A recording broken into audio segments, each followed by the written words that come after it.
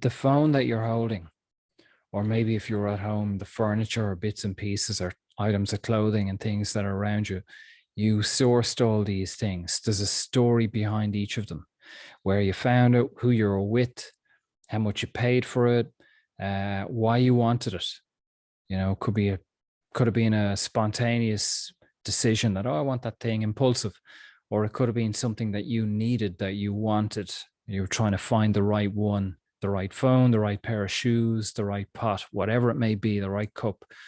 And eventually you find that thing, and that's a moment. So there's a story behind all the things you see around you. Now, I'm in a rented apartment. It's not my apartment. I didn't decorate it. I don't own this furniture. I didn't choose this furniture, but I've drawn in the frequency of everything around me, of this apartment and of this furniture. So if you're on a bus, you know, or you're listening to this, or you're in a place of work, you've drawn in, your being has drawn in the exact frequency of where you are, being on that bus, being in that office, being with those people. So we can't not take responsibility for that stuff and say, oh, that's not my house. It's still your energy. You've still drawn in whatever it is being reflected back to you.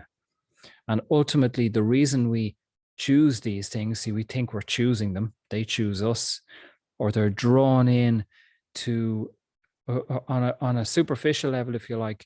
It's because we think, you know, we want happiness. We want love. That's beneath every single purchase. You can dress it up with practicality. Oh, but I need a car to get to work, or I need a coffee machine to make coffee. I need a pot to cook, whatever. I need a pot to piss in, you know. So, but ultimately, beneath all of that it's the improvement of our lives, and it's a need for these outside things to make us feel better. Now, the other way to come at that I won't go into in detail now, is that once that inner happiness is being filled up, the inner world, then there's less need, you know, what we purchase or what we bring in on the outside world, the physical world, begins to change, because there's less importance now in those things. There's no need for fulfillment or happiness from the thing. It's a free thing. It may come and go. We enjoy it, the cup, the t-shirt, whatever it may be, but there's less excitement when we buy it, and there's no dip, you know, if it's stolen or if it gets damaged or lost or whatever. It's kind of, there's no attachment, is what I'm badly trying to say. But of all the things around you, if you're at home, or if you think of your bedroom or your house, each of those have a big, long story, right? Long or a short story. There is a story about every item. If I went into your house and pointed at something, tell me about this, you can tell me something about it. Might be a long story.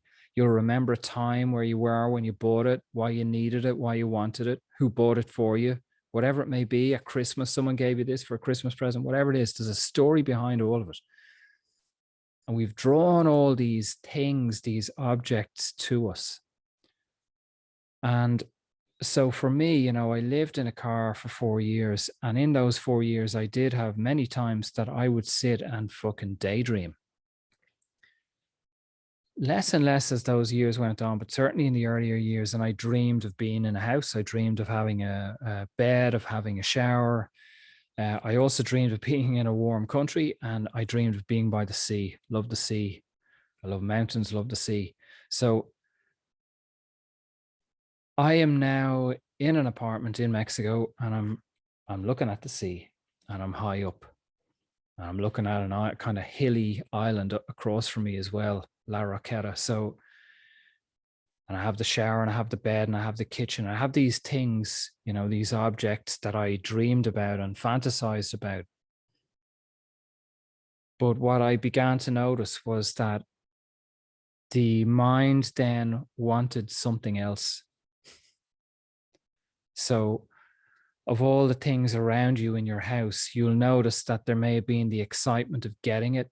When's it going to arrive? What's it going to look like? What's it going to feel like? What's the experience going to be like using it? We get it, and We're excited for a day or two or a few days. We have this new thing, but gradually, sometimes quickly, sometimes slowly, it runs its course, and the importance of that thing, or the fulfillment from that thing, wanes. And phones are a brilliant example, because we get the new phone, it looks different, maybe it's faster, the camera's better, the colors are different, the weight is fractionally different. Car is another good example, because these things we can use again and again and again, and as we're using them again and again and again, they lose that magic. We lose our awareness of them, our consciousness with them. So the phone just becomes a phone. You may have spent hundreds of euros or dollars in this new phone, and then after time, like, you're grateful for the access. You know, you can contact people, you can use social media, you can do work, you can do these things on it, but the object itself no longer are you aware of, like the car. Like, sometimes we see people who've bought this fucking expensive new car. As time goes on, it's fucking dents in the door. You know, they open the door in a shopping center, ding, they don't really give a shit. They don't wash it. Company car, you know, company Mercedes, fucking nice car. It's like, wow, you got a Mercedes, you got a BMW, you got whatever. Wow. Months roll by, it's not, they don't wash it. They don't give a shit about it. They don't oil change. They don't change the tires. They don't do anything unless it's necessary. So it's lost, yet they might be paying a lot of money every month to fucking keep this car. But beforehand, there was this dream of having this car, and now they have it, or this phone, or this pair of shoes. There's lots of examples of this. But you'll notice as we get it, it wanes, the importance, because ultimately what we're doing is we're looking for a degree of joy, of happiness in the object, which is doesn't joy or happiness or peace or love is not found in these objects. It's a temporary, fleeting moment, you know, sometimes very fast. And as I talked about in another video, the other video was about the last time, and the post-it notes, that as we become more and more complete with these outside objects, we begin to, the depth of our inner work begins to deepen, if that's even a sentence. You know, we're more prepared to stay here, more prepared to see what's going on. Am I saying prepared properly? I'm saying prepared, more prepared to dive deeper, you know, the inner world more, because the outer world is becoming less and less fulfilling. The realization I had in the past few weeks was, and I know I've spoken about this before, but you have to trust me that it just hit me deeper, you know, that I won't always be in this apartment. I won't always be alive. I won't always be in this body. And I might be gone tomorrow. Might have to move tomorrow. Who knows what's happening? Might be back in a car. Who knows? On the streets. So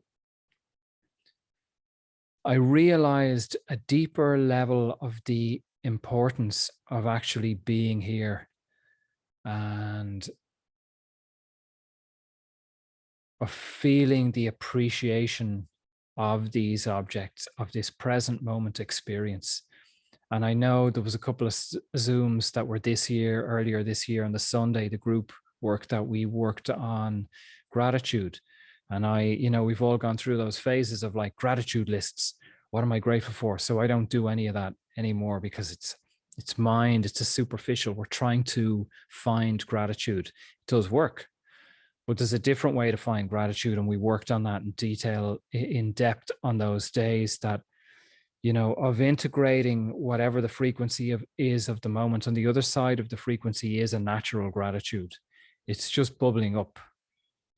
You know, if I'm sitting on the couch and I'm angry, and I integrate the anger, beneath the anger is fear, beneath the fear is grief, beneath the grief is love. It's just a natural love. It's not something I have to, oh, I hope I feel love. I don't know how to do that. It's natural. It's naturally flowing. It's naturally there. It's beneath everything. It's beneath every emotion or sensation.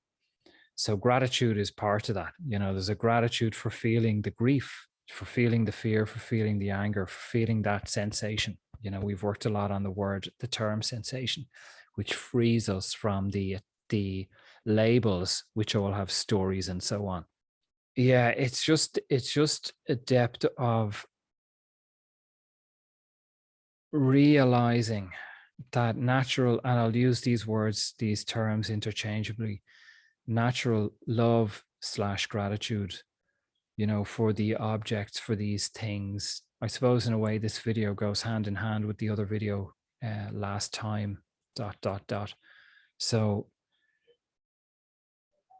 the depth of the present moment, you know, I have my laptop before me, I have the microphone before me. There's big stories, and I have a camera. There's big stories behind this. This laptop, I bought this when I lived in the car. Previous laptop, I was sat in a Starbucks in Bray. I was about to edit a video. I had loads of information, articles that I hadn't posted or finished, videos. The laptop just died on me completely in one moment. Nothing recovered. Laptop dead. Lived in the car, and I had to generate and save money to buy the laptop I have now. So I've, you know, when I pause at times and look at this, still, I don't know how many years later, it might be 3 or 4 years later, the fucking gratitude, natural gratitude I have for this laptop, that I could communicate with the world while living in the car. It charges fast. It has like an 8-hour battery life. No electricity in the car. I picked this for specific reasons, to edit, for long battery life, for different reasons, that I could use this as a guy living in a car. There's a big story behind it, story behind the camera and the microphone that I bought. The microphone I bought in Ireland, and I had just bought it, and a few months later I left Ireland. I thought, I can't throw this out or give it away, so I brought it with me from Ireland to Mexico. So yeah, like it mines the connection with these things, but also the appreciation and the gratitude for this moment. It's not necessarily about the thing, it's the moment of like, wow, like, I don't even know how to finish that sentence. Of just being with what we have. That's it. The fucking, I can feel it. Being with what we have, what is. You know, I've talked a lot about the term just this. And Byron Katie says falling in love with what is. I'm a lover of what is. That's what she says. Like, what is the now, these now, not the next laptop, camera, cup, car, holiday, whatever. To mine the fucking richness, the fullness in this moment. And when I caught myself overlooking where I am, you know, and looking to future moments, I thought, no, this has to stop. There was an urgency that arose within me that this has to stop. I'm not spending my time in what I would consider fucking paradise that I dreamed of for years. And I mean, long before living in the car, I wanted out of Ireland. I wanted sun. I wanted heat, the dream of living near the sea. Now I have it. So there was an urgency and a realization of connecting with, of being here now, be here now, Ram Dass. You know, I can't, and I like the coming months. I mean, if this video bores you or doesn't touch you in some way, me too, in some dirty way or deep emotional way, then the coming work will not resonate with you, most likely, because it's another the last video, just this, and the article which will be out or will be out about the black hole, that depth of the present moment keeps paying off. There's more consistent rewards. And generally when I start work with people on the 6-week course, they go, yeah, I'm present, I'm in the present moment, so what? But as we mine it, we realize there's fucking depth of joy, of fulfillment, of gratitude, of love in those things, in that moment. Anyway, thanks for listening to me. I'm out of time. Be here now. Keep mining the now. If this resonates, please give it a like. I need the likes. I need the algorithm. I need whatever help I can get to meet other people, to reach out, to expand my audience, so I don't end up back in a car potentially. So yeah, please share, like, and all that lovely stuff. Be well. Thanks for listening to me.